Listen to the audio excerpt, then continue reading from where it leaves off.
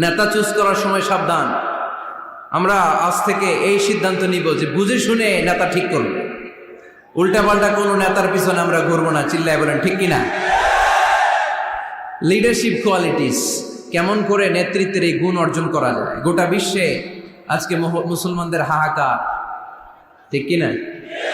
ফিলিস্তিনে আমরা মার খাই, ইরাকে আমরা মার খাই, ওখানে আমাদের উপর ব্যালিস্টিক ক্ষেপণাস্ত্র মারে, এদিকে মিসাইল মারে, এদিকে বম্বিং করে, ওইদিকে রোহিঙ্গাদেরকে তারাই আমাদের টেকনাফে পাঠায় দিস। এদিকে লাথি মারলে ওইদিকে যাই, ওদিক থেকে গুতা মারলে এদিকে আসে। কারণ আমাদের কোনো সেন্ট্রাল লিডারশিপ নাই, কেন্দ্রীয় নেতা নাই। চিল্লায় বলেন ঠিক কিনা? ওমরে ফারুকের মতো আমাদের একজন নেতার দরকার আছে না নাই? একজন নেতার অপেক্ষায়। We are waiting, all the Muslim Ummah, for a true leader, for a charismatic leader.